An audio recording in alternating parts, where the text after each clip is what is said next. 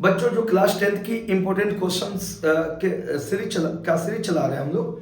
आज पार्ट 3 है। Part first and part second already uploaded है बेटा, आप वहां से देख सकते हो। तो आज हम बात करेंगे 50 क्वेश्चन तक कर चुके थे। बहुत इंपॉर्टेंट क्वेश्चन है ये सारे, प्रीवियस ईयर के, प्री बोर्ड्स के, और मेरा कई सालों का एक्सपीरियंस है पढ़ाने का। उन सबों को मिला के ये क्वेश्चंस बनाए बेटा।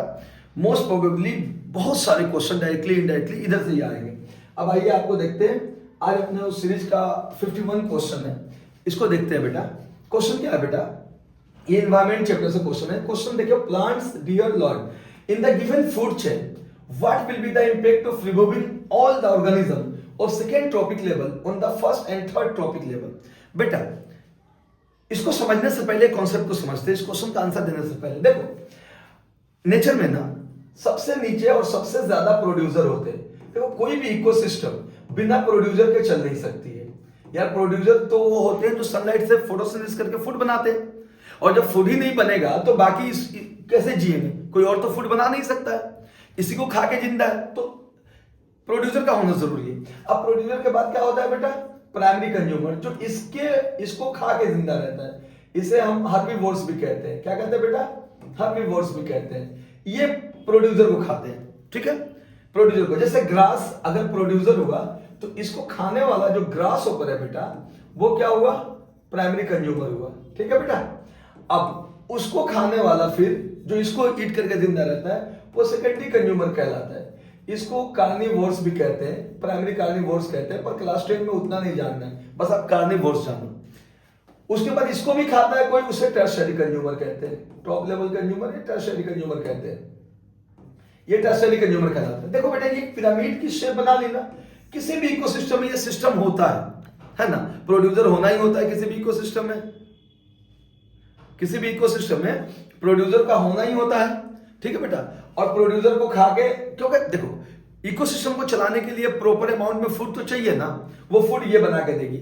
इसको खाएगा तो फूड इसमें जाएगा। इसको अभी मैं आगे बताऊंगा 10% law of flow of energy भी, फिर इसमें जाएगा। अभी इस क्वेश्चन पे ये देखते हैं बेटा कि एक इकोलॉजिकल पिरामिड है, और यहां पे देखते हैं ग्रास ऊपर ने खाया, इसको फ्रॉग ने खाया, फ्रॉग को स्नेक ने खाया, और स्नेक को ईगल ने खाया। अब देखो ये ग्रास जो है प्रोड्यूसर है, ग्रास ऊपर है, ये प्राइमरी कंज्यूमर है, ये सेकेंडरी कंज्यूमर है, ये टर्शियरी कंज्यूमर है। इसके ऊपर भी ईगल है, टॉप कंज्यूमर कह सकते हो उसे। हालांकि अब देखो, one organism is eaten by another, another is again eaten by some another and so on, then it forms a straight line, it is called food chain।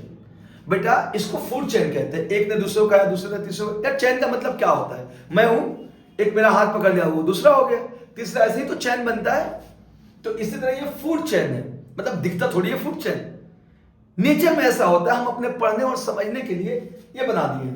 अच्छा, हकीकत में इतना रियलिस्टिक फूड चेन नहीं मिलता है। आप इकोसिस्टम में देखोगे, आप हम यहां तो लिख दिए कि भाई इसको फ्रॉग इसी को खाता है, फ्रॉग और भी कई चीजों को खा लेता है, कई ऑर्गेनिज्म कई अलग अलग चीजों को खा लेते हैं। तो फूड चेन रियल नहीं होता है, तब उसको कहेंगे फूड वेब। जब किसी एक ऑर्गेनिज्म को दो या दो से ज्यादा ऑर्गेनिज्म खाते हो, या फिर उनको और कई ऑर्गेनिज्म खाते हो, ब्रांच बन जाएगी, ऐसे ब्रांच बन जाएगी, it is called food web. और अगर स्ट्रेट लाइन है तो इसे कहते हैं बेटा फूड चेन। तो अब क्वेश्चन क्या है कि इन the given food chain what will be the impact of removing all the organism of second trophic level. और सुन लो, इसको फर्स्ट ट्रॉपिक लेवल कहते हैं बेटा। प्रोड्यूसर को जो ग्रीन प्लांट होते हैं ना, इन्हें फर्स्ट ट्रॉपिक लेवल कहते हैं, फर्स्ट ट्रॉपिक लेवल। हाँ, और उसके बाद इसको सेकंड ट्रॉपिक लेवल कहते हैं, सेकंड ट्रॉपिक लेवल, इसको थर्ड ट्रॉपिक लेवल कहते हैं बेटा, और इसको फोर्थ ट्रॉपिक लेवल कहते हैं। तो क्वेश्चन कह रहा है कि मान लीजिए फूड चेन है, प्लांट्स को हर्बीवोर्स डियर ने खाया भैया, डियर को बच्चों किसने खाया? लॉयन ने। तो फूड चेन बन गया। अब कह रहा है कि अगर सेकेंड ट्रॉपिक लेवल को हटा दो, यानी डियर को खत्म कर दो, तो क्या होगा? आपको पता है ना कि खासकर हमारी मम्मी भी जब वो कभी देखती थी, क्या कहते हैं वो, जहां पे फॉरेस्ट वो एनिमल्स को दिखाता है, तो डिस्कवरी में देखती है कोई शेर हिरन को पकड़ रहा है, तो कहते अरे काहे पकड़ रहा है यार, उस हिरन बेचारी, ओहो हिरन को मार देगा, और मार देता है, और मम्मी लोग थोड़ा सा आंख आंसू भर जाता है। एक्चुअली ये नेचर में होना है बेटा। अगर डियर ना हो तो दुनिया में प्लांट्स इतने ज्यादा हो जाएंगे कि ये खुद कंपटीशन करके मर जाएंगे बेटा, इनको फूड ही नहीं मिलेगा। और अगर डियर खत्म हो जाए, जरा सोचो, तो लायन भी तो अपने आप मर जाएगा। लॉयन अपने आप मर जाएगा क्योंकि इसको फूड ही नहीं मिलेगा। यानी फूड चेन एक दूसरे से इंटरकनेक्टेड है। अच्छा मान लो अगर लॉयन भी खत्म हो जाए तो जाहिर सी बात है डियर इतने बढ़ जाएंगे, इतनी हिरन बढ़ जाएंगी कि खुद इनको फूड नहीं मिलेगा, आपस में कंपटीशन कर लेंगे भाई। तो ये क्या है, अगर आप क्वेश्चन क्या है कि डियर को हटा दो तो क्या होगा, अपने आप ये अगर इसमें से आप इसको हटा दो तो क्या हो जाएगा, गिर जाएगा धड़ाम से। या कोई बिल्डिंग बना दिया गया, एक ग्राउंड फ्लोर, एक उसके ऊपर एक उसके ऊपर, बीच वाला फ्लोर का पिलर वगैरह सब काट दो तो रहेगा क्या, धड़ाम से गिर जाएगा। अब तुम बोलोगे सर प्रोड्यूसर तो बच जाएगा, अरे ये भी इसको खाने वाला कोई नहीं रहेगा, इतना ग्रो कर जाएगा कि खुद इनको मिनरल न्यूट्रिशन नहीं मिलेगी बेटा, इनको भी तो जमीन से फूड लेना है, नहीं रहेगा, पूरा खत्म हो जाएगा। किसी एक को आप डिस्टर्ब करोगे पूरा गिर जाएगा। तो आंसर समझ गए हमने, ठीक है बेटा।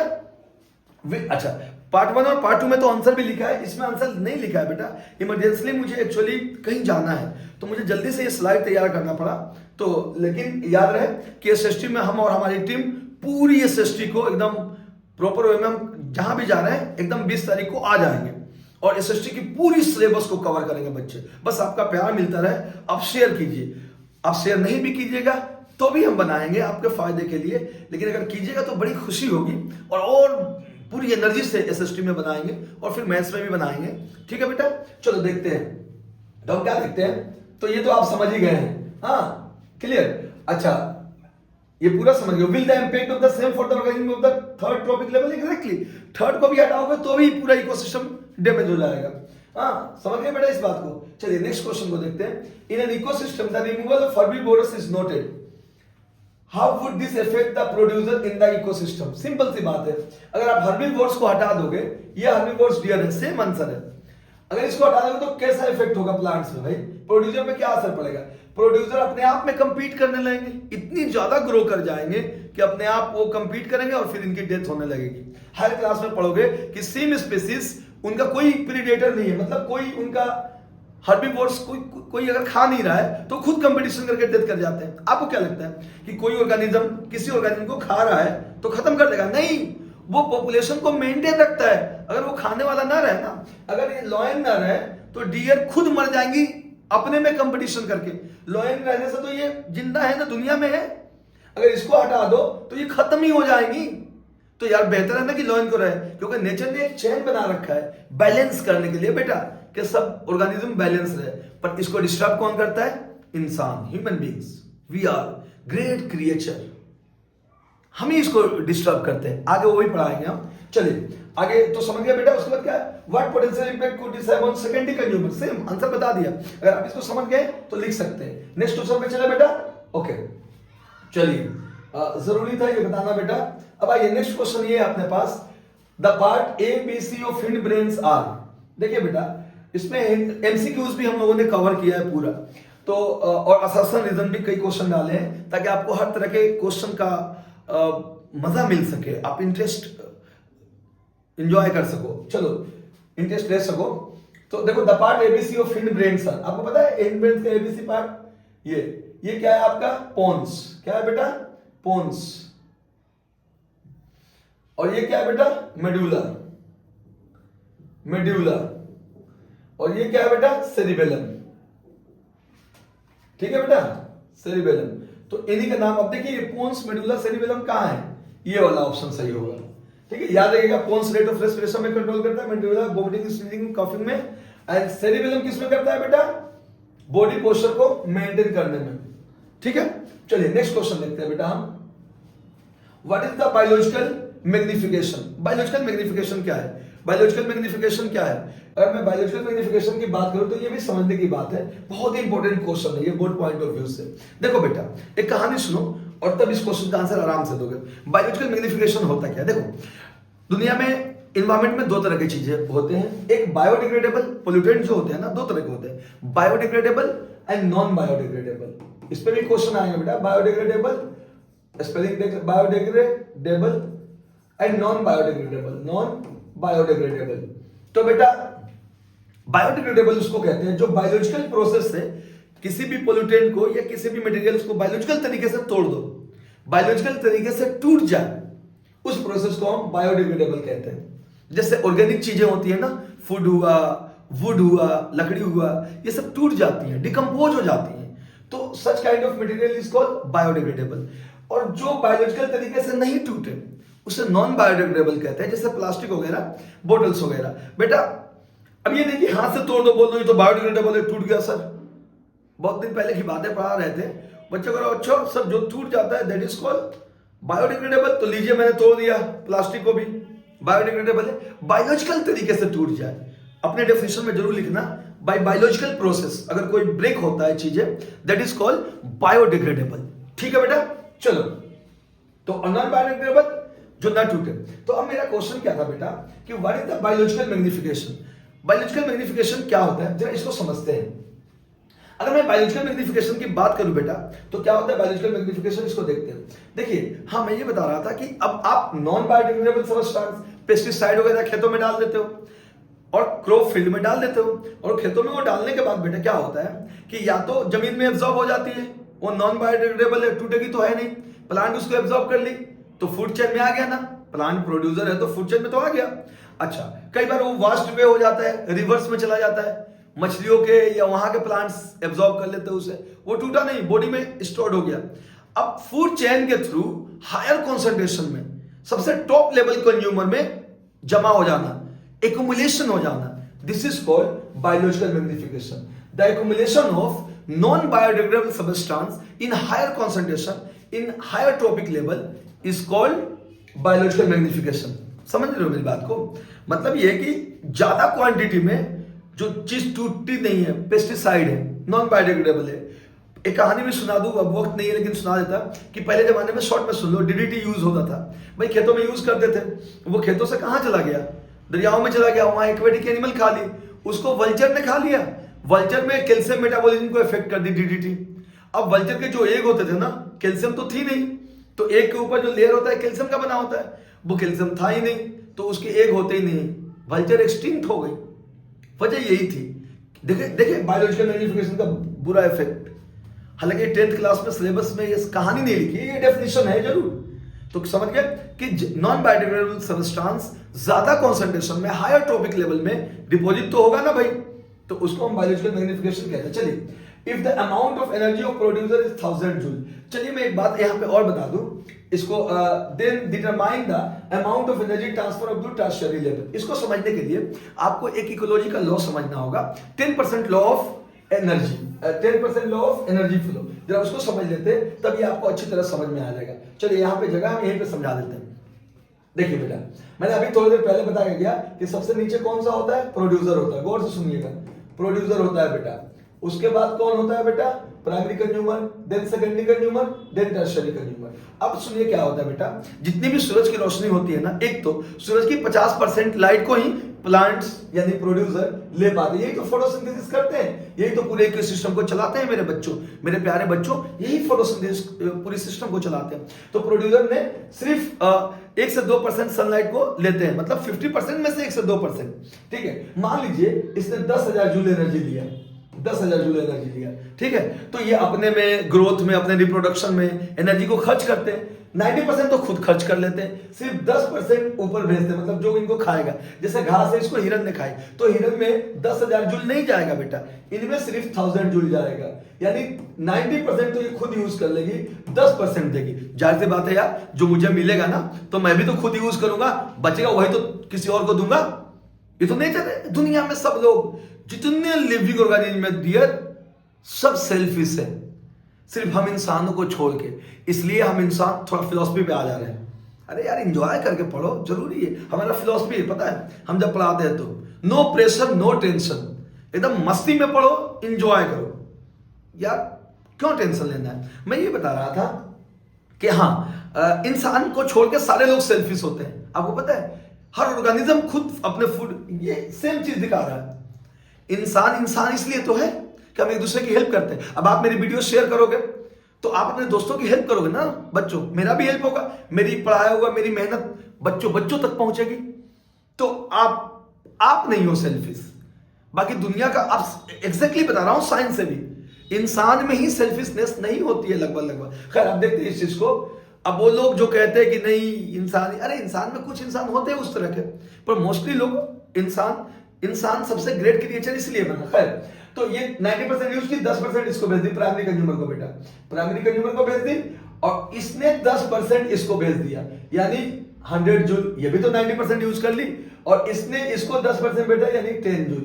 तो बेटा इसको, इसका मतलब ये हुआ कि जितने भी ऑर्गेनिज्म है ना, वो 90% एनर्जी को यूज कर लेते हैं, only they transfer their upper trophic level 10% energy, only they transfer 10% of energy on upper trophic level, सिर्फ और 10% एनर्जी अपर ट्रॉपिक लेवल पे भेजते हैं। इसको हम कहते हैं 10% law of flow of energy. इसको हम क्या कहते हैं बेटा?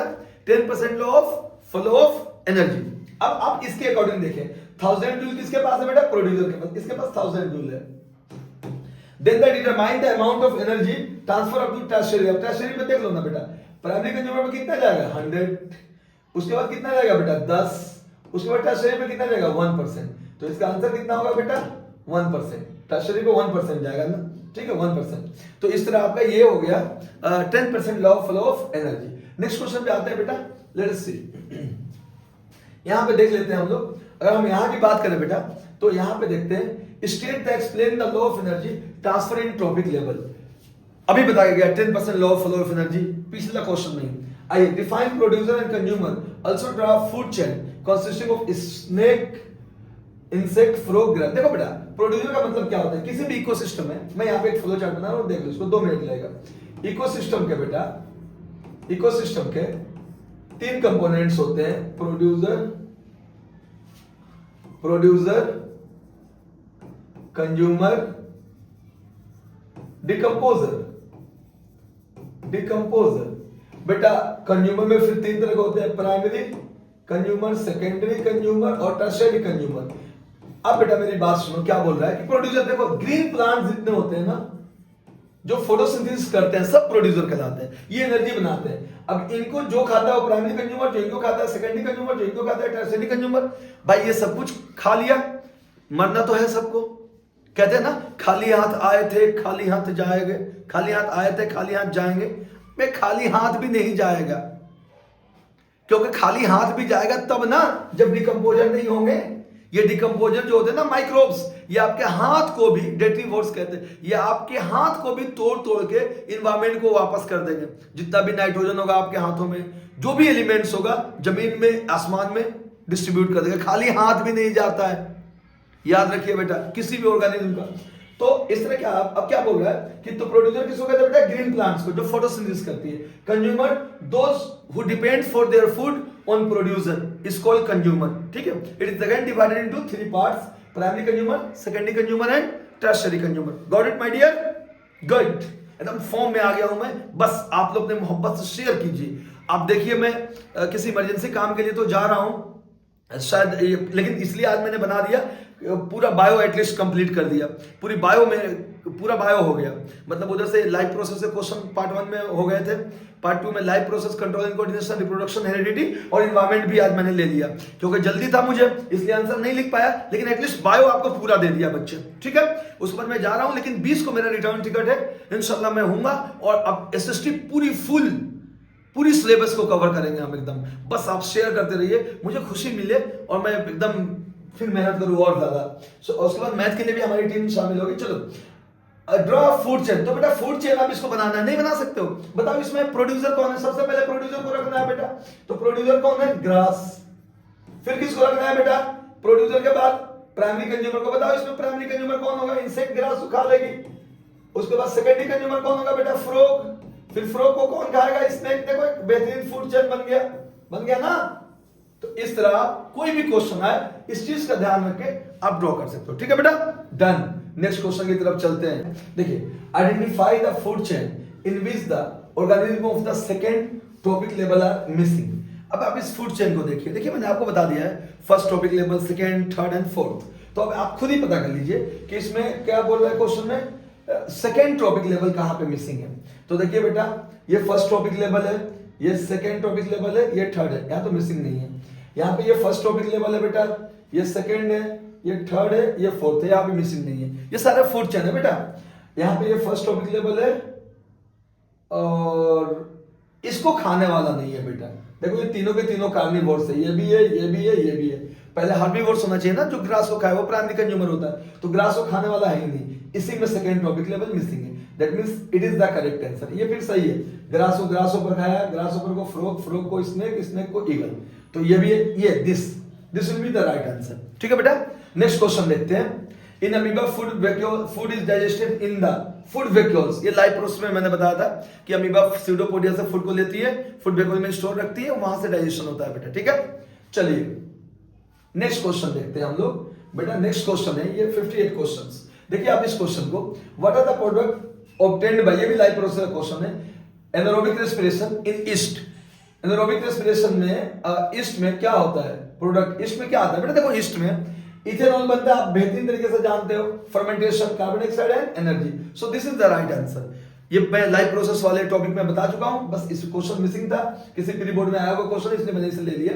नेक्स्ट देखते हैं बेटा, a cell divided into several cell during reproduction in plasmodium. इसे अगर सेवरल सेल में एक सेल दो में डिवाइड हो तो उसे क्या कहते हैं बेटा? Binary fission. अगर कई में डिवाइड हो तो उसे क्या कहते हैं? Multiple fission. याद रहे, पहले कैरियोकाइनेसिस होता है यानी न्यूक्लियस का डिवीजन होता है बेटा, उसके बाद साइटोकाइनेसिस होता है यानी एक ही सेल में कई न्यूक्लियस डिवाइड हो जाते हैं, फिर सारे न्यूक्लियस अलग अलग सेल बना लेते हैं, मल्टीपल फिजन।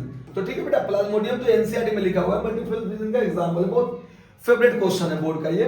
नेक्स्ट क्वेश्चन देखते हैं बेटा, ये which of the flowing event in the mouth cavity will be affected if salivary amylase is lacking in the। अच्छा मैंने बताया था इसे लाइव प्रोसेस में कि salivary amylase बेटा स्टार्च को सिंपल शुगर में तोड़ देती है। मान लो इतना बड़ा स्टार्च है तो इसको सिंपल शुगर में तोड़ देती है। हाँ, कई सारे ये कॉम्प्लेक्स मॉलिक्यूल्स होते हैं, मटेरियल्स होते हैं, ऑर्गेनिक कंपाउंड होता है बेटा, तो इसको सिंपल में तोड़ देती है। तो अगर नहीं होगा salivary amylase तो क्या होगा? Starch breaking down into sugar, protein breaking down into amino acid, कौन सा इफेक्टेड होगा? स्टार्च इफेक्टेड होगा ना बेटा, ये वाला, क्योंकि ये स्टार्च को ही तोड़ता है। ठीक है, तो ये हो गया। Next, the cleaner of nature. अच्छा, इकोसिस्टम का क्लीनर कौन होता है? मतलब डेथ कर गया इकोसिस्टम में कोई ऑर्गेनिज्म, तो उसको कौन क्लीन करता है, कौन खा पीता है, साफ करता है बेटा? डिकम्पोजर। जो डेड एंड डिकेइंग मटेरियल पे अपने फूड के लिए डिपेंड होता है बेटा, उनको हम क्या कहते हैं? डिकम्पोजर्स कहते हैं। तो इकोसिस्टम में किसी की भी डेथ होती है ना, उसको सिंपल इनऑर्गेनिक सब्सटेंस में डिकम्पोजर ही तोड़ते हैं। ठीक है बेटा, नेक्स्ट क्वेश्चन देखते हैं, आपका टाइम भी वेस्ट ना हो इसलिए थोड़ा स्पीड में पढ़ा रहे हैं। Biodegradable waste includes. आपको मैं बता दूं बेटा कि बायोडिग्रेडेबल का मतलब मैंने बताया था कि वो कोई भी सब्सटेंस जिससे बायोलॉजिकल प्रोसेस से हम स्मॉल पार्टिकल में तोड़ देते हैं उसे हम बायोडिग्रेडेबल कहते हैं, और जो नहीं टूटता है biological process say that is called non biodegradable. तो आप बताइए, देखिए एल्युमिनियम फॉइल नहीं टूट सकता है, पेस्टिसाइड नहीं टूट सकता है, नॉन बायोडिग्रेडेबल है, ये ग्लास बोतल भी नॉन बायोडिग्रेडेबल है, सिर्फ वुड। याद रखिएगा एक बात कि जितनी ऑर्गेनिक चीज है ना, जैसे पेड़ पौधे, एनिमल्स, इनसे बनी हुई, ये सारे बायोडिग्रेडेबल होते हैं, और जितनी प्लास्टिक वाली चीजें है ना, ग्लास वगैरह, बोतल वगैरह या प्लास्टिक की पॉलिथीन, ये नॉन बायोडिग्रेडेबल होती है। ये दिमाग में रखिएगा, इसलिए क्वेश्चन एमसीक्यूज में आएंगे, आप आसानी से कर लीजिएगा। ठीक है बेटा, नेक्स्ट क्वेश्चन देखिए, assertion reasoning. Accumulation of harmful chemicals is maximum in the organism at highest trophic level of a food chain। बिल्कुल, इसी को बायोलॉजिकल मैग्निफिकेशन कहते हैं। हाईएस्ट लेवल में, हाईएस्ट ट्रॉपिक लेवल में, ज्यादा क्वांटिटी में, हायर क्वांटिटी में नॉन बायोडिग्रेडेबल सब्सटेंस का जमा होना, एक्युमुलेशन होना, बायोमैग्निफिकेशन कहलाता है। बिल्कुल सही है बेटा ये। उसके बाद देखिए इधर, harmful chemicals are spread on the crops to protect them from disease and pest. Reason क्या है? रीजन सही है बेटा, हार्मफुल पेस्टिसाइड वगैरह खेतों में डालते हैं, उसी से तो एक्युमुलेशन होती है, यानी असर्शन और रीजन दोनों सही है, और ये एक्सप्लेनेशन भी इसका बस। तो आंसर कौन होगा बेटा?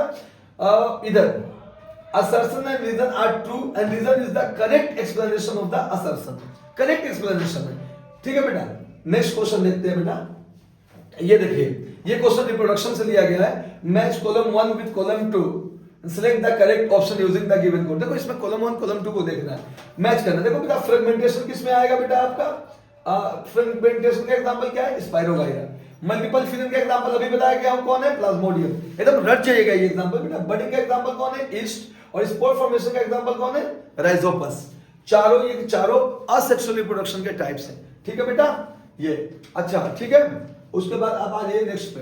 आप आइए बेटा यहां पे, अगर हम बात करते हैं in a typical food chain, what is the order of trophic level starting from the sun. एक टिपिकल फूड चेन में क्या होता है, देखिए इधर सन से स्टार्ट होता है, तो भाई पहले प्रोड्यूसर आएंगे, पहले ही बता चुका हूं, प्राइमरी कंज्यूमर आएंगे बेटा, देन सेकेंडरी कंज्यूमर आएंगे, देन टर्शियरी कंज्यूमर आएंगे। बिल्कुल ये सही है, प्राइमरी कंज्यूमर तो कभी नहीं आएगा, हमेशा याद रखना शुरुआत हमेशा प्रोड्यूसर से होती है, कभी भी फूड चेन की। ये भी सही हो सकता है, लेकिन यहाँ पे ये गलत आ गया है, प्राइमरी कंज्यूमर होना चाहिए, टर्शियरी कंज्यूमर तो सबसे टॉप पे आएगा ना बेटा, ठीक है। अच्छा एक बात और क्वेश्चन याद रखिएगा बेटा तो आप लोग कि आर्टिफिशियल इकोसिस्टम क्या होता है, याद रखिएगा गार्डन और एक्वेरियम, दो एग्जांपल पूछ सकता है आर्टिफिशियल इकोसिस्टम का, गार्डन और एक्वेरियम। ओजोन लेयर का डिप्लीशन भी पूछ सकता है, तो ओजोन लेयर में याद रखिएगा कि ऑक्सीजन पे अल्ट्रावायलेट रे पड़ती है तो किसमें टूट जाता है, ये O+O में, फिर O2O से मिलकर क्या बना लेता है बेटा, O3 बना लेता है, ओजोन लेयर की फॉर्मेशन होती है। ओजोन लेयर CFC क्लोरोफ्लोरोकार्बन से बहुत ज्यादा डैमेज होते हैं, अगर वो एक बार डैमेज हो गए तो स्किन कैंसर, अल्ट्रावायलेट रे डायरेक्ट स्किन पे आएगी और स्किन कैंसर होने के चांसेस बन जाएंगे। ओके अच्छा बच्चे एक बात और याद रखिएगा रिप्रोडक्शन से, मैंने हालांकि बताया है लास्ट के अपने क्वेश्चंस में, जो मैंने कई सारे वीडियोस अपलोड किए, उन क्वेश्चनों को मैंने छोड़ा है, जो टेस्ट सीरीज एक क्वेश्चन सीरीज चला रहा था ना, उन क्वेश्चन उसमें भी इंपॉर्टेंट क्वेश्चन है बच्चों, तो एक बार वो भी देख लीजिएगा, मैंने उन क्वेश्चनों को छोड़ा है, इनमें डिस्कस नहीं किया है, उनके अलावा क्वेश्चंस को डिस्कस किया है, तो एक बार वो भी देख लीजिएगा। जैसे वेजिटेटिव प्रोपगेशन के एडवांटेज क्या है, ये बहुत इंपॉर्टेंट क्वेश्चन है, एडवांटेज ऑफ वेजिटेटिव प्रोपगेशन, ये मैंने बताया है बेटा आपको, वेजिटेटिव प्रोपगेशन वो जो क्वेश्चन सीरीज बनाया है ना उसमें ये बताया है। देखिए वैसे एक बार फिर बता देता हूँ शॉर्ट में, एडवांटेज क्या होता है भाई कि एक तो ये मैच्योर जल्दी हो जाते हैं, सीड वाले प्लांट से वेजिटेटिव प्रोपगेशन के जरिए आप प्लांट को पैदा करोगे तो जल्दी मैच्योर हो जाएगा। दूसरा नंबर आइडेंटिकल एकदम मिलेंगे, पेरेंट्स की तरह एकदम आइडेंटिकल मिलेंगे, ये दो एडवांटेज लिख सकते हैं, ठीक है, ये दो एडवांटेज आप इसमें लिख सकते हैं। एक और भी लिख सकते हैं कि जो प्लांट सीड पैदा करने की कैपेबिलिटी खो चुके हैं उन प्लांट को वेजिटेटिव प्रोपगेशन से हम ग्रो कर सकते हैं। तो ये एक्स्ट्रा मेरे ध्यान में आ गया, इंपॉर्टेंट क्वेश्चन था, मैंने बता दिया। नेक्स्ट क्वेश्चन देखते हैं, Which of the following is an example of a biological magnification effect? एक बात और बता दो बच्चे, देखिए हमें कहीं इमरजेंसली जाना पड़ रहा है तो बस पार्ट थर्ड तक ही हम रखेंगे इसको, मतलब ये पूरा सीरीज 66 क्वेश्चन तक, अब ये पार्ट थर्ड में आ जाए या पार्ट फोर्थ में भी आ जाए तो ठीक है, तो हम बस यहीं तक रखेंगे, मतलब हमने पूरा कंप्लीट बायोलॉजी आपको करा दिया, इंपॉर्टेंट क्वेश्चन, ठीक है। और मैं ये चाहूंगा कि केमिस्ट्री और फिजिक्स मुझे इमरजेंसली जाना पड़ रहा है इसलिए वो अभी करा नहीं पाऊंगा, लेकिन मैं 20 तारीख को रिटर्न आ जाऊंगा और SST पूरी सिलेबस को कवर करेंगे हम लोग इंशाल्लाह। बस आपका प्यार चाहिए बच्चों, आप शेयर करते रहो, आप शेयर नहीं भी करोगे तो भी हम 20 तारीख को आके पूरी 21 तारीख से पूरी SST के इंपॉर्टेंट क्वेश्चन को लेके आएंगे, कई चैप्टर्स भी पढ़ाएंगे जो हार्ड होगा, जो आप कमेंट में लिखोगे। आप शेयर नहीं भी करोगे तो भी आप शेयर करोगे तो और एनर्जी से पढ़ाएंगे, अच्छा लगेगा हमें बच्चों, जितने ज्यादा बच्चों को फायदा हो। तो देखिए हम प्रिपेयर नहीं थे, हमें अचानक लगा कि बच्चों की हेल्प करनी चाहिए तो हमने इस क्वेश्चंस को बनाया और बना के, इसलिए देखिए जल्दी में इसका आंसर भी नहीं लिख पाए, बस हम डायरेक्ट डिलीवर कर दिया आंसर, ठीक है बच्चों। तो आप देख लीजिएगा 66 क्वेश्चन तक ही होगा, क्योंकि बीच में वो थोड़ी लाइट चली गई थी तो एक कट हो गया था, तो अगर हम जोड़ पाते हैं, क्योंकि हमारी टेक्निकल टीम भी नहीं, हम तो इमरजेंसली बना रहे हैं आपके फायदे के लिए, तो अगर वो जुड़ गया तो फिर पार्ट थर्ड तक ही वीडियो आएगा, अगर वो नहीं जुड़ा तो बाकी के क्वेश्चन पार्ट फोर्थ में डाल देंगे, पर लेकिन क्वेश्चन लास्ट हमारा 66 तक ही रहेगा। कंप्लीट बायो है, बायो के सारे इंपॉर्टेंट क्वेश्चन इंक्लूडिंग इन्वायरमेंट हमने दे दिया है। फिजिक्स केमिस्ट्री बच्चे हम नहीं बना पा रहे हैं क्योंकि हमें इमरजेंसली जाना पड़ रहा है, लेकिन याद रहे हम 20 को मेरा रिटर्न टिकट है, तो इंशाल्लाह पूरी SST में पूरी सिलेबस को हम कवर करेंगे इंपॉर्टेंट क्वेश्चन का। और ऐसे ही मैथ्स में भी हम, हमारे जो टीम मेंबर्स हैं वो मैथ्स के भी एकदम आपके साथ लगातार 10 दिन बने रहेंगे, ठीक है बेटा। मुझे उम्मीद है कि आप जरूर शेयर करोगे और मेरी मेहनत का कुछ सिला दोगे, जिसके लिए मैं आप लोगों का बच्चे बहुत तहे दिल से शुक्रगुजार रहूंगा। पर हमारा फर्ज है पढ़ाना, हम पढ़ाते रहेंगे, आप शेयर करो या ना करो, ठीक है बेटा। उम्मीद करता हूँ, ईश्वर से प्रार्थना है, अल्लाह पाक से दुआ करता हूँ आपका एग्जाम बेहतरीन जाए, बेहतरीन एकदम आपकी लाइफ की सबसे बेस्ट एग्जाम जाए अब तक की, ठीक है। जय हिंद, बाय।